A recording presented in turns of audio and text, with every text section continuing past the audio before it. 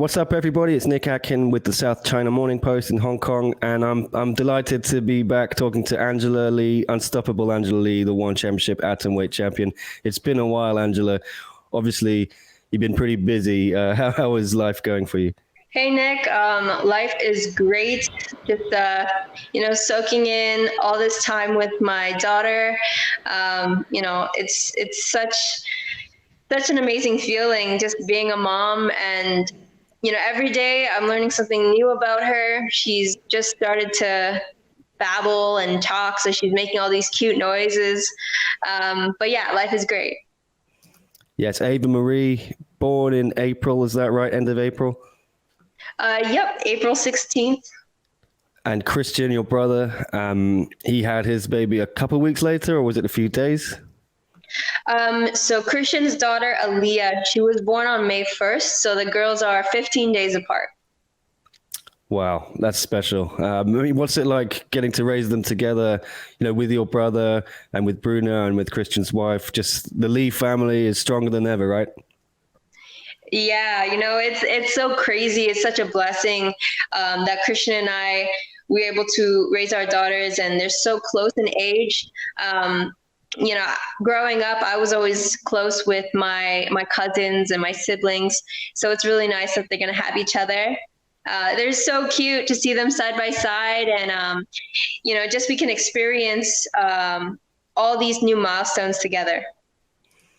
Yeah, Chatri already made the joke when I spoke to him. He said, I've already signed both of the babies for One Championship to contracts. I mean, is that something you expect the babies to go into the family tradition? Well, definitely they are going to be surrounded just, by martial arts. We're in the gym every single day. My husband and I, we have our jiu-jitsu gym. So definitely, I also feel like Ava's first steps will be on the mats. At the same time, we're not going to force her into anything, but I think she will be interested in seeing what mom and dad do. Yeah, but who knows? I'm trying to expose her to other things like arts and crafts, music, and just see what her passion is going to be. Well, your passion, we know what your passion is, and that is fighting. And you're back in the gym last week. You had your first training session, I believe it was last week. I'm going to try and share the pictures here. You've been posting about your journey on Instagram. How rewarding has that been to be able to share this journey, this your comeback with all of your fans? It's definitely something that I enjoy doing. I have always been just very open, and I try to stay authentic to who I am, and I think the fans enjoy seeing a glimpse into my life. Oh man, it feels great to be back on the mats, but it's definitely been a long time, so I am feeling sore, and I'm just trying to take it day by day, one step at a time, and yeah, enjoying the process. Yeah, and you said after your first warm-up, you felt like throwing up. Has it got any easier in the few days since you've had a few more training sessions now? Oh man, I wouldn't say it's getting easier. I mean, it's still a challenge just because I've been out for so long, and my body is just not used to it. I've had a similar feeling when I would be out for a while vacationing and then having to get back into fight camp. I know to expect that the first week or two is going to be just, I'm going to be sore and things, but I've been out just now for a couple months, just almost a year now. And so definitely my body has some catching up to do. Yeah, I've recently started playing football again after about 2.5 years, and my legs, I still can't walk from last week. So I kind of understand, but I think, it's a lot more taxing, doing what you do. So, yeah, I mean, how has training been this week? You've been training with Victoria and Christian and your dad, Ken. How good is it to have them around to help you ease back into it? Oh, it's great. Our family, we are always training together, and I have Christian, Victoria, my younger brother, Adrian, my husband, and of course, we're all training under my dad. So it's so nice just to be back with everyone, back on the mats, and doing what we love to do. Yeah, Adrian. So how old is he now? Is he still 14 or is he to 15 now? He's 15. He made 15 in March. Yeah, and so it's getting closer and closer now for him. Is it looking like he might follow Victoria and sign up with one? Anything on that front? You know what? It is so crazy because Adrian has had just a tremendous growth spurt in the last year. He is just a little beast. And actually, I shouldn't say little because he is quite a lot bigger than me now. I have to do a double take when I see Adrian because he looks so much like Christian, and I think he's about Christian's height now. He's a big boy. He's really taking an interest into training and fighting. So who knows what's going to happen down the road? There is, a possibility there could be, the four of us fighting, but I don't want to get ahead of myself. And any word on Bruno? Is he going to be coming back into the circle in time? Has he got any plans? Yeah, he's definitely interested in competing again. Right now, he is also enjoying the time that we have with our daughter and soaking in all those first dad feels. But yeah, as things start to pick up again, with one having more and more events, definitely our family is going to be competing again. Well, one was supposed to have this big event, one Empower in May last month, and then it had to be postponed because of the rise in COVID cases in Singapore. And that event was obviously going to have the quarterfinals of the atomweight Grand Prix, which was established to find a number one contender for you when you came back. But did you think you'd be giving birth before these quarterfinals had even taken place?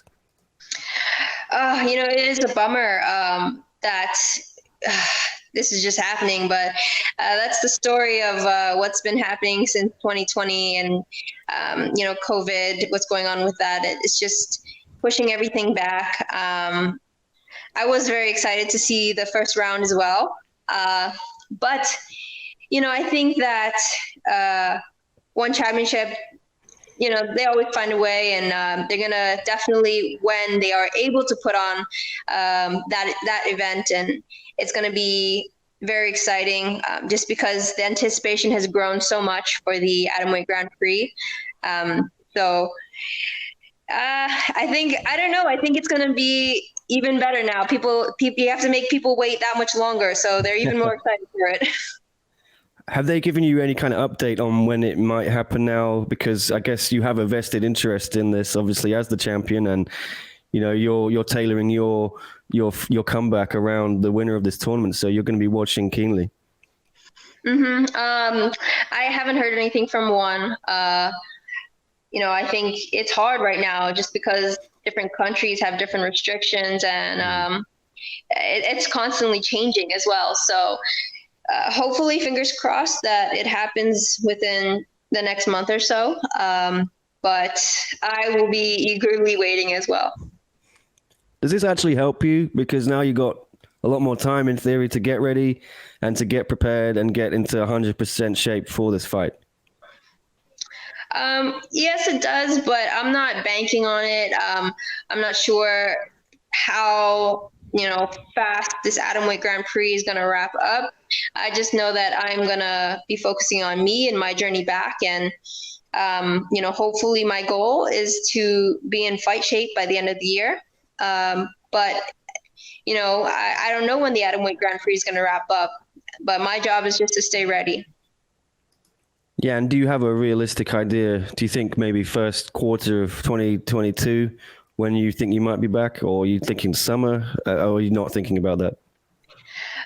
For me, I'm taking it one day at a time. I know that I don't fight until there's a winner of the atomweight Grand Prix, so I am going to be keeping my eye on that. But at the same time, I think my goal right now is just to focus on getting back into fighting shape.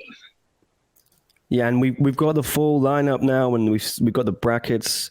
Have you got any favorites or dark horses you think who might win this tournament?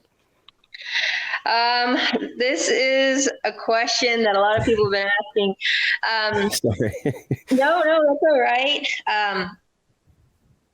I think that it's really hard to say, especially in a tournament setting like this. I say don't count anyone out just because you don't know what the situations have been for their training camps, injuries, things like that. So you could be favoriting one person and then the underdog comes on top. So, the matchups are very interesting, but also, with everything that's going around and COVID affecting a lot of people's trainings, you don't know what to expect. Yeah, I guess we saw that in action when Ritu Phogat fought B Nguyen and Ritu lost. A lot of people thought Ritu was going to win that fight, and now Ritu's out of the Grand Prix. Were you surprised that B didn't get put in, or yeah? I mean, there's been a bit of controversy with the fans about that. I think the whole thing was just a bit confusing. I was surprised to see. I was surprised to see Ritu, fighting so soon. When I knew that the atomweight Grand Prix was supposed to have their first round of matchup. I did watch the fight, and in my opinion, I thought that Ritu won. But given that B won the decision, I would have thought that she kind of took her place in the Grand Prix, but who knows? I have no idea. Well, now Ritu's out, and she's been replaced by Julie Mezababa from Brazil. Do you know anything about this replacement, or do you think Ritu should still be in? I don't know. It's so confusing, isn't it? It is confusing. I don't know anything about the girl who took Ritu's place. But I know that if I was Ritu, I wouldn't get my hopes up just because with everything that's going on, there could be injuries, there could be COVID cases and things like that. So I think it's kind of likely that she could be a replacement for one of the girls. All right. And just one more question I wanted to ask. Do you have any idea when Victoria might be getting back in there? Oh, that girl is a hungry, hungry lion. She is wanting to get back in as soon as possible. I see her in the gym every single day, just training hard. Right now, she's just staying ready. She's staying prepared. I think One Championship knows that she is itching for another fight, so we may hear something very soon. Hopefully we hear something soon, and hopefully we see this Grand Prix soon as well. And yes, thank you again, Angela. It's a pleasure to catch up with you. Good luck with all the training and everything. And yeah, we can't wait to see you back. Thank you so much. Yep, hopefully you're going to be talking to me soon. Cheers. All the best. Thank you. Thanks.